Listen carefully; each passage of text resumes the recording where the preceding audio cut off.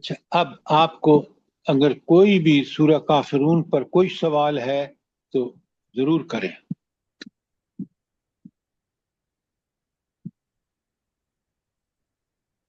یہ بتائیں جی کہ بدلہ جو ہے یہ لینا عین اسلامک ہے یا معاف کرنا تو خیر افضل ہے، لیکن بدلہ بھی لوگ لیتے ہیں کہ جی یہ بھی دین میں لکھا ہوا ہے. دیکھیے، آپ پہلے بڑی غور سے بات سنیے. آپ نے میں وہ خود بتایا. معاملات کے حوالے سے نا توحید کی جو آپ نے 4 چیزیں بتائی ہیں نا جی، عبادات، اخلاق، معاملات، یعنی اخلاقیات میں، معاملات میں اور اللہ کی عبادت میں آ کے معاف کرنا افضل ہے، لیکن لوگ اس کو ریلیٹ کر کے وہاں لے جاتے ہیں. میں وہ پلیز آپ سے سننا چاہ رہا ہوں آپ ذرا میری بات بڑے غور سے سنیے. سر. اگر ہم کافروں سے بدلہ نہیں لیں گے تو دنیا میں کفر پھیلے گا. کافروں کو اسی وقت معاف کیا جا سکتا ہے اگر وہ ایمان لے آئیں، ورنہ نیتن ہاؤ ہو، ٹرمپ ہو یا مغرب جو اس کے پشت پر کھڑے ہیں، ان سے بدلہ لینا بے انتہا ضروری ہے، ورنہ ظلم کبھی ختم نہیں ہو. اب بات سمجھیں کہ نہیں؟ میں سمجھ گیا، بالکل سمجھ گیا. اچھا، آپ کے دنیا جو ہمارے مسلمانوں کے معاملات ہیں اس میں کوئی زیادتی کرے تو اگر وہ اعتراف کر لے کہ میں نے آپ سے زیادتی کی ہے، ہمیں معاف کر دینا چاہیے. لیکن کافروں کے ساتھ کمپرومائز، آپ نے ابھی سورہ پڑھی ہے کافرون، کہ کافر جو کفر پر جمع ہوا ہے اس کو معاف نہیں کرنا، اس کو ختم کرنا ہے تاکہ کفر کا جو ہے دنیا میں قلعہ کما ہو اور لوگوں کو ایمان لانا آسان ہو. بالکل صحیح، جزاک اللہ. اچھا، ایک چیز اور بڑی نوٹ فرمائیں، ہمیں چیزوں کو براڈر سینس میں لینا ہے.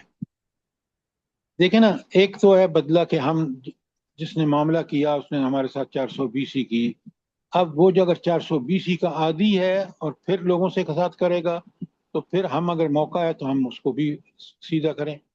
لیکن کفر کے ساتھ کسی قسم کا کوئی کمپرومائز الا یہ کہ وہ اسلام کو قبول نہیں کرتا تو نہ کرے، لیکن اسلامی قوانین کے تحت رہ آئے.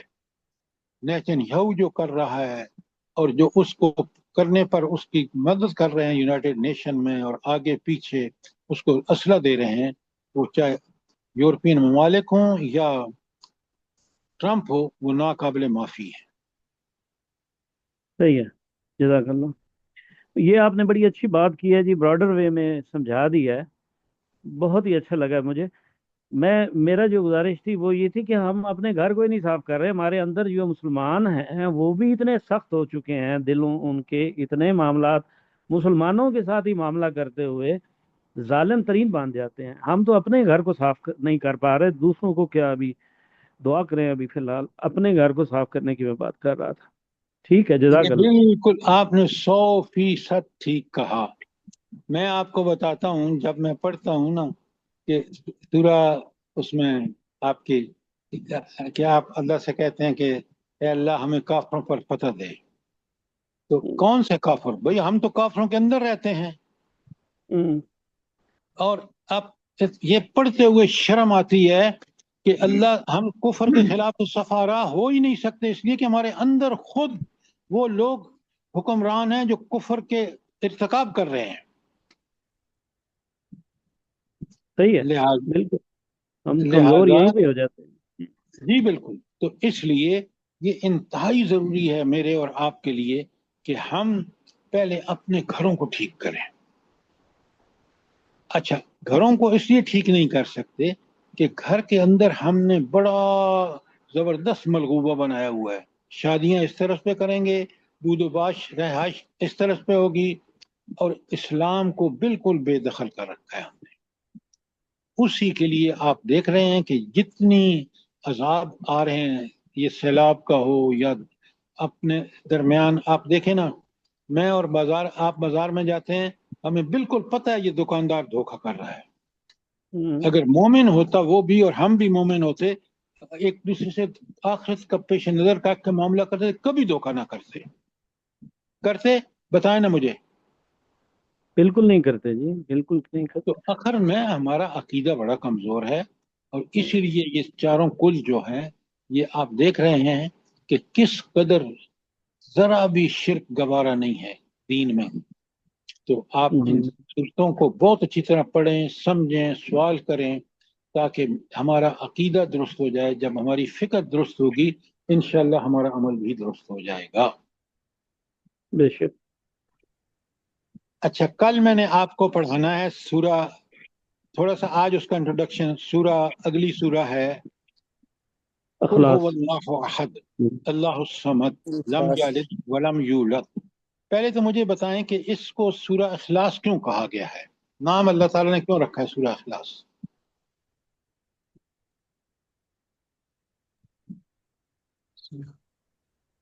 اللہ کے بندو، اللہ تعالیٰ نے خالص توحید بیان کی ہے یہاں.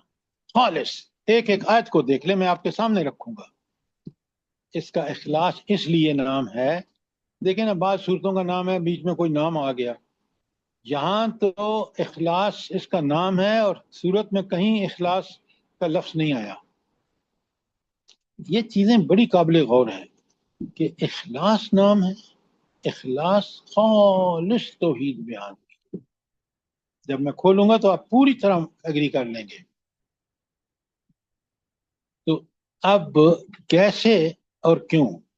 میں نے آپ کو 4 ہینڈ آؤٹ نقشے بھیجے تھے جس میں توحید اور وہ ہے، اور پھر اس کے بعد اسی کے اندر ہے کہ توحید کس طرح، ان سینٹر میں توحید ہے، پھر ایمانیات ہے، پھر اخلاق ہے.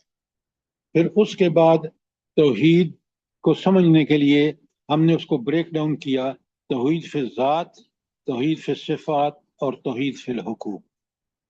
اسی طرح شرک فی الذات، شرک فی الحقوق، اور شرک فی الصفات. یہ ساری چیزیں آپ کے پاس موجود ہیں. خدا کے لیے ان کو پڑھیں اور ان کو نکالیں اور کل اپنے ساتھ رکھیں، ورنہ آپ کو صورت جو اخلاص ہے اس کو سمجھنے میں دقت پیش آئے گی. توحید پہ بالکل کلیئر ہو جائے گی. انشاءاللہ سر، اللہ پاک توفیق دے سب کو. کیوں؟ اس لیے کہ توحید وہ کانسیپٹ ہے جس کا صحیح ہونا بے انتہا ضروری ہے.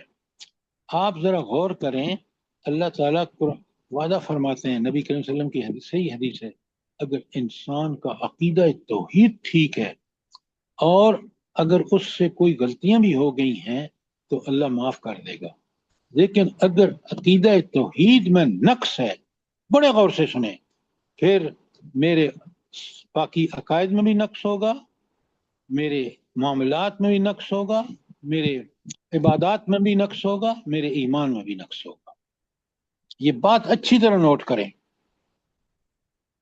اور عقیدہ توحید رب کی معرفت ہے. ایک تو ان وہ سارے 99 نام میں نے آپ کو بھیج دیے 6 پیجز پہ. دوسرا، جتنا آپ کائنات میں غور کریں نا، اللہ کی حقانیت، اللہ کی توحید کی حقانیت کھل کے سامنے آتی ہے. اور یہ جو آپ صلی اللہ علیہ وآلہ وسلم صبح اٹھتے، یہ سورہ آخری رکوع جو ہے کس کا سورہ حشر کا. سورہ آل عمران کا سب جی. آل عمران کا. بالکل آپ نے ٹھیک کہا. ان فی خلق السماوات والارض اختلاف اللیل والنہار لآیات لأولی الالباب. اہل عقل کے لیے نشانیاں ہیں. اہل عقل کون ہیں؟ جو غور و فکر کرتے ہیں اور صحیح نتیجے پر پہنچتے ہیں، انہی کو اولی الالباب کہتے ہیں. جب آپ اللہ کی ان نشانیوں پر، کائنات کی نشانیوں پر غور کرتے ہیں، سورج، چاند، ستارے، زمین، آسمان، دن، رات، تو آپ کو پتہ چلتا ہے کہ اس کے بنانے والا کتنا عظیم منصوبہ ساز ہے، اور کتنا ان منصوبوں کو روح و عمل لانے میں کتنی ایکوریسی ہے، کتنا صحیح ہے معاملہ. تو آپ اش کر اٹھتے ہیں اور کہتے ہیں یہ ہے وہ اللہ، اسی کو مجھے فالو کرنا چاہیے. یہ ہے توحید اور یہ توحید آپ کو پکی ہوگی آیات کائنات اور آیات انفس پر پوری طرح غور کرنا، اور پھر قرآن کی ہر آیت کے آخر میں وہ صفات آتی ہیں جن کا تعلق ہے، اگر توبہ کا حکم دیا گیا ہے تو پیچھے توبہ کا ذکر ہے اس آیت میں، تو آپ ان کو قرآن کو سمجھ کے پڑھنا بے انتہا ضروری ہے۔ اور یہ جو قرآن کی آیت آئی ہے نا سورہ بقرہ میں دعا ہے ابراہیم علیہ السلام کی، اور 151 میں قبولیت ہے، اور پھر سورہ جمعہ میں ہے، اور سورہ آل عمران کی 164 ہے، یتلو علیہم آیاتہ، شروع میں یہ تبدیل نہیں ہوا، چاروں جگہ ایک ہی ہے۔ اس کا مطلب یہ ہے کہ اللہ کی آیات کو پڑھنا، سمجھنا، ان پہ عمل کرنا، یہ ہے ان کے پیچھے پیچھے چلنا۔ تلاوت کا ایک معنی اس کے چیز کو فالو کرنا، پیچھے پیچھے چلنا۔ تو آپ اسی وقت پیچھے چلتے ہیں قرآن کے احکامات کے جب ان کو پڑھ کے سمجھ کے غور و فکر کرتے ہیں۔ تو کل انشاءاللہ ہم سورہ اخلاص کریں گے، اور آپ سب لوگ اور دوسرے لوگوں کو بھی دعوت دیں تاکہ ہم اس سورت کو پوری طرح سمجھ لیں کہ سورہ اخلاص کیا ہے۔ توحید کا اصل جو ہے، آپ کو پتہ ہے نا کہ فضیلت میں کل بیان کروں گا، یہ 1/3 قرآن ہے۔ اس کو 1/3 قرآن کیوں کہا مجھے بتائیں توحید پر ہے، جی؟ خالص توحید کا بیان ہے۔ سر قرآن قرآن پاک میں توحید سے 1/3 جو مضمون ہے وہ توحید پر ہی ہے، اس لیے سورۃ اخلاص کو بھی 1/3 قرآن کا آگے۔ شاباش ارم، یہ جو روایتی جواب دیتے ہیں نا ان کو سمجھ کر جواب دینا چاہیے۔ سب سے اہم ابھی آپ نے دیکھا، کاش آپ سمجھتے جو میں نے آپ سے گزارش کی ہے کہ عقائد ہوں توحید سے برآمد، پورا دین ہو اس کی بنیاد توحید۔ تو توحید اتنا اہم مضمون ہے کہ قرآن میں آیات اگر صرف توحید کی الگ کریں تو 1/3 ہے۔ ان 1/3 آیات کا خلاصہ سورہ اخلاص ہے۔ اس لیے نبی کریم صلی اللہ علیہ وآلہ وسلم نے واضح طور پر فرمایا کہ سورہ اخلاص 1/3 ہے، اور اس کی فضیلت میں کل آپ کو بتاؤں گا۔ جیسے آج ہم نے دیکھی ہے سورۃ کافرون کی، تو انشاءاللہ کل تو آپ ان چیزوں کو پر وقت اٹینڈ کریں، سمجھیں، تاکہ یہ چیزیں ہمارے عقیدے کو پکا سچا بنائیں گی۔ آمین ثم آمین سر۔ اللہ پاک آمین۔ ہم سب کو توفیق دے، آپ کے ساتھ جو جڑے ہوئے ہیں اور تمام دنیا کے مسلمانوں کو۔ آمین ثم آمین۔ آمین۔ سر جزاک اللہ۔ ایک گزارش ہے جی، جی یہ شکایت نہیں ہے، تو مہربانی کر کے کسی کو آپ نے ڈانٹنا بھی نہیں ہے ہمارے بیاف پہ۔ یہ 1 مہینے سے مجھے کوئی سرکولر ہینڈ آؤٹ کچھ چیزیں نہیں آ رہی ہیں، کبھی چیمہ صاحب بھیج دیتے ہیں، کبھی شاہد صاحب بھیج دیتے ہیں، تو گروپ میں کیوں نہیں شامل کرتے؟ مجھے انوائٹ بھیجتے ہیں، میں گروپ میں، کمیونٹی میں، جہاں بھی آپ سارے گروپ کو کرتے ہیں۔ اب میرے ساتھ 2-3 لوگ ہو رہے ہیں جن لوگوں کو میں نے انوائٹ کیا ہوا ہے، وہ بھی میرا منہ دیکھ رہے ہوتے ہیں، میری بہن ہے، میرے دوست ہیں۔ اب میں ایک بندے کا نام تو ان کو نہیں لکھ پاتا۔ انصار بھائی آپ کو بڑا سمپل ہے، جی جی ایک میسج مجھے کر دیں کہ میرا نام یہ ہے، میرا وہ نمبر جس میں واٹس ایپ ہے وہ یہ ہے، ٹھیک اگر ہے جی، آپ کو نہ ملے تو میں مجرم ہوں۔ ڈن لیکن ڈن، اگر آپ ادھر ادھر پھرتے رہیں گے، میں نے ٹھیک ہے آپ سب سے کہا ہے، آپ کا گلہ جب ہے کہ آپ نے مجھے بھیجا ہو، میں شاہد کو ٹھیک ہے مجبور کرتا ہوں کہ شامل بھی کرے، اور وہ جو مسنگ ہینڈ آؤٹ ہے وہ بھی آپ اگر لکھیں گے تو وہ بھی آپ کو ملیں گے۔ ٹھیک ہے جی، وہ پتہ نہیں چلتا بھئی یہ ابھی آیا ہے یا پرانا والا ہے، اس لیے پھر ہم آپ کے ساتھ نا وہ کوآرڈینیٹ نہیں کر پاتے اکارڈنگلی۔ اس لیے کہ آپ زحمت نہیں کرتے کہ ڈیلی آپ میسیجز کو آپ کا دیکھیں۔ نمبر نہیں میرے پاس نمبر بھی لکھوا دیں، آپ کا نمبر لے لیتا ہوں میں، چیمہ صاحب سے لے لوں، کوئی ایشو نہیں ہے، میں آپ کو میسج کروں گا ڈائریکٹ۔ جس کسی کو نہ ملیں، آپ پہلے آپ مہربانی کر کے ڈیلی اپنے واٹس ایپ کو جو ہم بھیجتے ہیں اس کو دیکھیں، پرنٹ کرا کے فائل میں لگائیں، تاکہ آپ کے پاس مکمل ریکارڈ ہوگا